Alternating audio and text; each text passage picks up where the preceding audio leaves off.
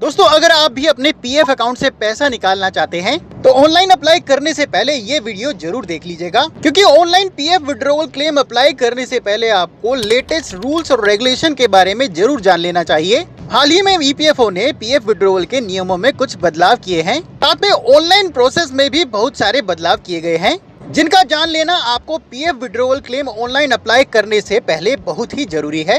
Video को बिना skip किए एंड तक जरूर देखिएगा, क्योंकि वीडियो में मैं आपको लेटेस्ट नियमों के साथ साथ पीएफ विड्रॉवल की लेटेस्ट प्रोसेस के बारे में बताऊंगा।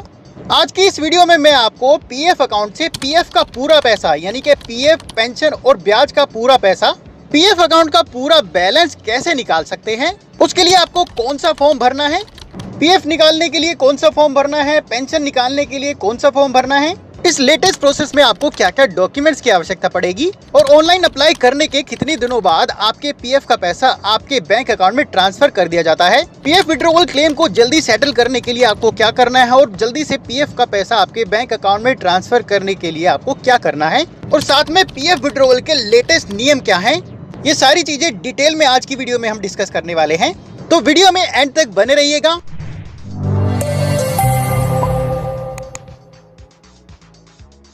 दोस्तों, फुल पीएफ विड्रॉवल के लिए, जिसे फाइनल सेटलमेंट भी कहा जाता है, ईपीएफओ रूल्स के मुताबिक दो कंडीशंस में आप फुल पीएफ निकाल सकते हैं, रिटायरमेंट पर या फिर अनएम्प्लॉयमेंट के केस में।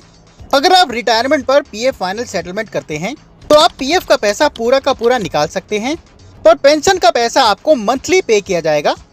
पर अगर आप ईपीएस पेंशन के लिए एलिजिबल नहीं हैं, यानी कि अगर आपका टोटल सर्विस पीरियड 10 साल नहीं हुआ है और आपकी नौकरी किन्हीं कारणों से चली गई है और आप 2 महीनों से ज़्यादा अनएम्प्लॉयड हैं, तो आप अपने पीएफ अकाउंट के पूरे बैलेंस को निकाल सकते हैं, यानी कि ब्याज के साथ साथ पीएफ और पेंशन के पूरे पैसे को निकाल सकते हैं। कुछ ही दिनों पहले ईपीएफओ ने पेंशन विड्रॉवल को लेकर एक नया नियम लागू किया है। अब अगर किसी एम्प्लॉय का सर्विस पीरियड 6 महीने से कम है तो उस कंडीशन में भी वो अपने पेंशन विड्रॉवल क्लेम को अप्लाई कर सकता है और अपने पेंशन के पूरे पैसे को निकाल सकता है। पर अभी इस नियम के अकॉर्डिंग सॉफ्टवेयर में अपडेट नहीं किया गया है। फिलहाल के लिए 6 महीने से कम सर्विस पीरियड वाले एम्प्लॉय अभी पेंशन विड्रॉवल के लिए ऑनलाइन अप्लाई नहीं कर पाएंगे। अब चलिए जानते हैं कि पीएफ अकाउंट से फुल पीएफ बैलेंस निकालने के लिए ऑनलाइन कैसे अप्लाई करते हैं, उसका एकदम लेटेस्ट प्रोसेस क्या है। सबसे पहले आपको ईपीएफओ की वेबसाइट ओपन करनी होगी, जिसका लिंक मैं आपको नीचे वीडियो के डिस्क्रिप्शन में डाल दूंगा, या फिर आप सिंपली गूगल में सर्च कर सकते हैं ईपीएफओ। जैसे ही आप सर्च करेंगे सबसे ऊपर आपको ईपीएफओ वेबसाइट का लिंक दिखाई देगा। उस लिंक पर क्लिक करके आपको ईपीएफओ की वेबसाइट ओपन कर लेनी है। जैसे ही वेबसाइट ओपन होगी कुछ इस तरह से आपको स्क्रीन दिखाई देगी। उसके बाद राइट हैंड साइड में आप देखेंगे आपको कुछ ऑप्शंस दिखाई देंगे। उन ऑप्शंस में से आपको online claim member account transfer पर क्लिक करना है। जैसे ही आप क्लिक करेंगे आपको एक नई वेबसाइट खुल के आ जाएगी, यूनिफाइड मेंबर पोर्टल खुल के आ जाएगा, जहां आपको एक लॉगिन स्क्रीन दिखाई देगी। तो यहाँ पर यूनिफाइड मेंबर पोर्टल पर लॉगिन करने के लिए आपको आपके यूनिवर्सल अकाउंट नंबर और पासवर्ड की जरूरत पड़ेगी।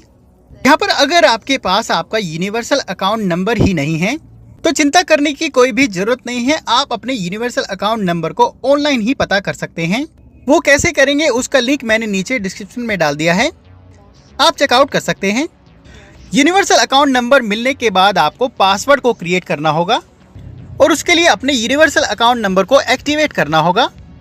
यूनिवर्सल अकाउंट नंबर को कैसे एक्टिवेट करते हैं और कैसे पासवर्ड को क्रिएट करते हैं उसका भी लिंक मैंने नीचे डाल दिया है, आप चेकआउट कर सकते हैं। तो अपने यूनिवर्सल अकाउंट नंबर का पता लगाने के बाद और अपने पासवर्ड को क्रिएट करने के बाद यहाँ पर आपको अपनी लॉगिन डिटेल्स के साथ यूनिफाइड मेंबर पोर्टल पर लॉगिन करना है, यानी कि अपना यूनिवर्सल अकाउंट नंबर यहाँ पर भरना है, उसके बाद पासवर्ड को भरना है और नीचे कैप्चा कोड एंटर करने के बाद साइन इन बटन पर क्लिक कर देना है। जैसे ही आप साइन इन बटन पर क्लिक करेंगे आपके रजिस्टर्ड मोबाइल नंबर पर एक ओटीपी भेजा जाएगा। दोस्तों, यहाँ पर मोस्ट इम्पोर्टेंट बात यह है कि आपके पीएफ अकाउंट में आपका मोबाइल नंबर रजिस्टर्ड होना जरूरी है और वही मोबाइल नंबर आपके आधार कार्ड के साथ भी रजिस्टर्ड होना जरूरी है। अगर मोबाइल नंबर रजिस्टर्ड नहीं है तो आप ईपीएफओ पोर्टल पर लॉगिन नहीं कर पाएंगे। तो अगर आपका मोबाइल नंबर आपके पीएफ अकाउंट में रजिस्टर्ड नहीं है तो पहले आपको अपना मोबाइल नंबर पीएफ अकाउंट में रजिस्टर्ड कराना होगा। तो यहाँ पर जैसे ही आपके रजिस्टर्ड मोबाइल नंबर पर ओटीपी प्राप्त होगा उस OTP को आपको यहाँ पर एंटर करना है। उसके बाद नीचे कैप्चा कोड एंटर करना है और नीचे सबमिट बटन पर क्लिक कर देना है।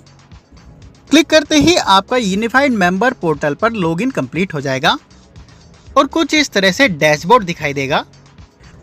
लॉगिन करने के बाद जो सबसे जरूरी काम आपको करना है वो ये है कि आपको अपनी KYC का स्टेटस चेक करना है, क्योंकि online PF withdrawal claim apply करने के लिए ये जरूरी है कि आपके PF अकाउंट में आपकी KYC एकदम अपडेटेड हो, यानी कि आपका आधार, आपकी पैन डिटेल्स, आपकी बैंक अकाउंट डिटेल्स आपके PF अकाउंट में अपडेट हो और वेरीफाइड हो। KYC का स्टेटस चेक करना एकदम आसान है। उसके लिए आपको ऊपर मैनेज मेन्यू पर जाना है और क्लिक करना है KYC ऑप्शन पर। जैसे ही आप क्लिक करेंगे आपकी KYC का स्टेटस आपके सामने होगा।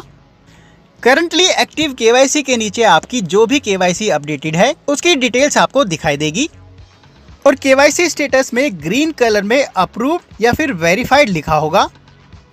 यहाँ पर बैंक KYC और पैन KYC को अपडेट करने के लिए आप ऑनलाइन ही रिक्वेस्ट दे सकते हैं। वो कैसे, वीडियो का लिंक मैंने नीचे डिस्क्रिप्शन में डाल दिया है, आप चेकआउट कर सकते हैं। KYC अपडेट के साथ साथ आपकी डेट ऑफ एग्जिट का अपडेट होना, यानी कि आपकी नौकरी छोड़ने की तारीख का अपडेट होना भी मैंडेटरी है। डेट ऑफ एग्जिट को भी आप बिना एम्प्लॉयर के अपने आप कुछ ही मिनटों में अपडेट कर सकते हैं। वो कैसे, उसकी वीडियो का भी लिंक मैंने नीचे डाल दिया है।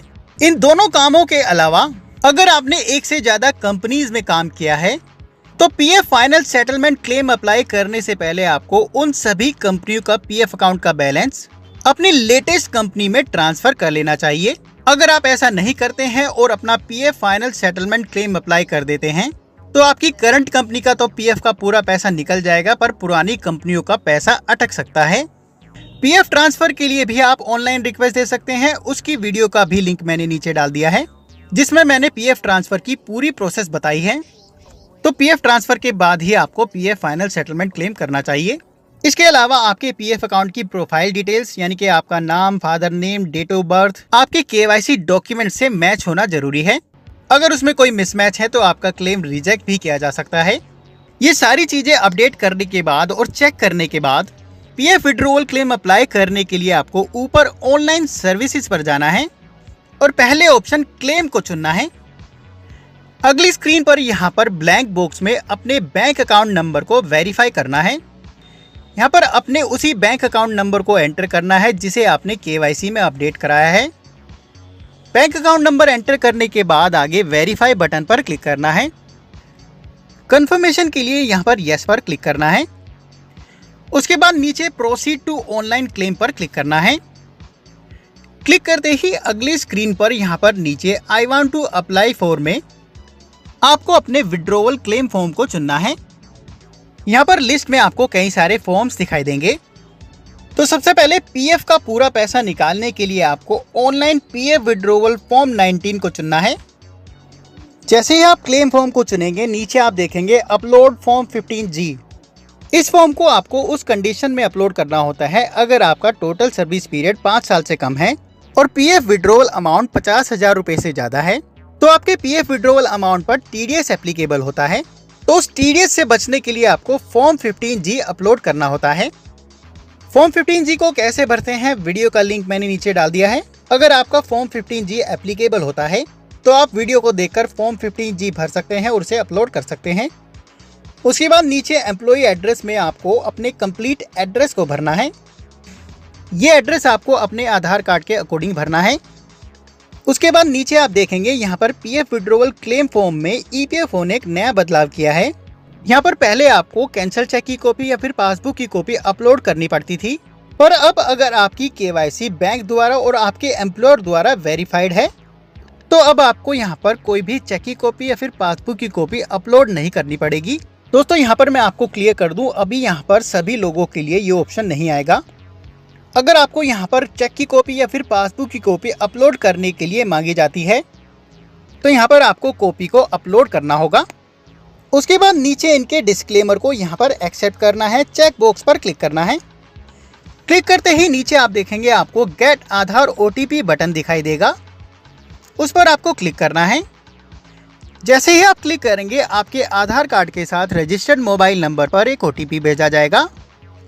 उस OTP को आपको नीचे यहाँ पर एंटर करना है। उसके बाद नीचे validate OTP and submit claim form पर क्लिक कर देना है। जैसे ही आप क्लिक करते हैं आपका PF withdrawal claim form successfully submit हो जाएगा। और अगर आप उसकी एक्नॉलेजमेंट डाउनलोड करना चाहते हैं तो यहाँ पर क्लिक हियर पर क्लिक करना है और एक्नॉलेजमेंट की PDF फाइल को डाउनलोड कर लेना है। उसके बाद pension withdrawal claim form apply करने के लिए आपको सेम प्रोसेस अपनाना है। ऊपर ऑनलाइन सर्विसेज पर जाना है और पहले ऑप्शन क्लेम को चुनना है। उसके बाद अपने बैंक अकाउंट नंबर को यहाँ पर वेरीफाई करना है।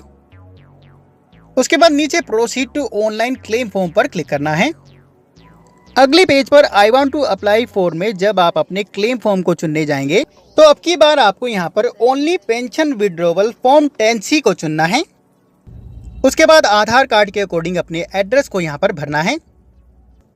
उसके बाद नीचे यहाँ पर अगर आपसे आपकी पासबुक की या फिर चेक की कॉपी मांगी जाती है तो यहाँ पर आपको उसको अपलोड कर देना है। उसके बाद नीचे इनकी टर्म्स एंड कंडीशन को यहाँ पर एक्सेप्ट करना है और नीचे गेट आधार OTP पर क्लिक कर देना है। जैसे ही आप क्लिक करते हैं दोबारा से आपके आधार कार्ड के साथ रजिस्टर्ड मोबाइल नंबर पर एक OTP भेजा जाएगा। मोबाइल नंबर पर प्राप्त OTP को आपको नीचे भरना है और नीचे validate OTP and submit claim form पर क्लिक कर देना है। जैसे ही आप क्लिक करेंगे आपका पेंशन विड्रॉवल क्लेम फॉर्म भी सबमिट हो जाएगा। और PDF एक्नॉलेजमेंट को डाउनलोड करने के लिए दोबारा से क्लिक हियर पर क्लिक करना है और फ्यूचर रेफरेंस के लिए PDF फाइल को डाउनलोड कर लेना है। तो online PF final settlement claim apply करने के बाद आपकी क्लेम एप्लीकेशन को आपके कंसर्न EPFO ऑफिस में भेजा जाता है और लगभग 7 वर्किंग डेज में ही आपका PF विड्रॉवल क्लेम और पेंशन विड्रॉवल क्लेम दोनों सेटल कर दिए जाते हैं। कई बार EPFO ऑफिस में वर्कलोड या फिर टेक्निकल इशू के कारण आपका क्लेम सेटलमेंट लेट भी हो सकता है, जिसकी अधिकतम सीमा 20 दिन की है। अगर आपका क्लेम 20 दिन में सेटल नहीं किया जाता है तो आपको EPFO के ग्रीवेंस पोर्टल पर कंप्लेन रजिस्टर करनी होगी। EPFO के ग्रीवेंस पोर्टल पर कंप्लेन कैसे रजिस्टर करते हैं उसकी वीडियो का लिंक भी मैंने नीचे डाल दिया है। वीडियो को देखकर आप कंप्लेन दर्ज कर सकते हैं।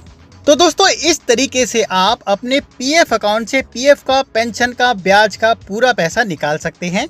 आई होप वीडियो आपको पसंद आई होगी और आपके सारे सवालों के जवाब इस वीडियो में मिल गए होंगे। फिर भी अगर आपकी कोई क्वेरी है तो आप नीचे कमेंट बॉक्स में लिखकर पूछ सकते हैं।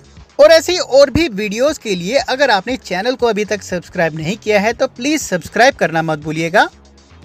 अभी के लिए धन्यवाद। अगली वीडियो के साथ फिर से मिलेंगे। All the best.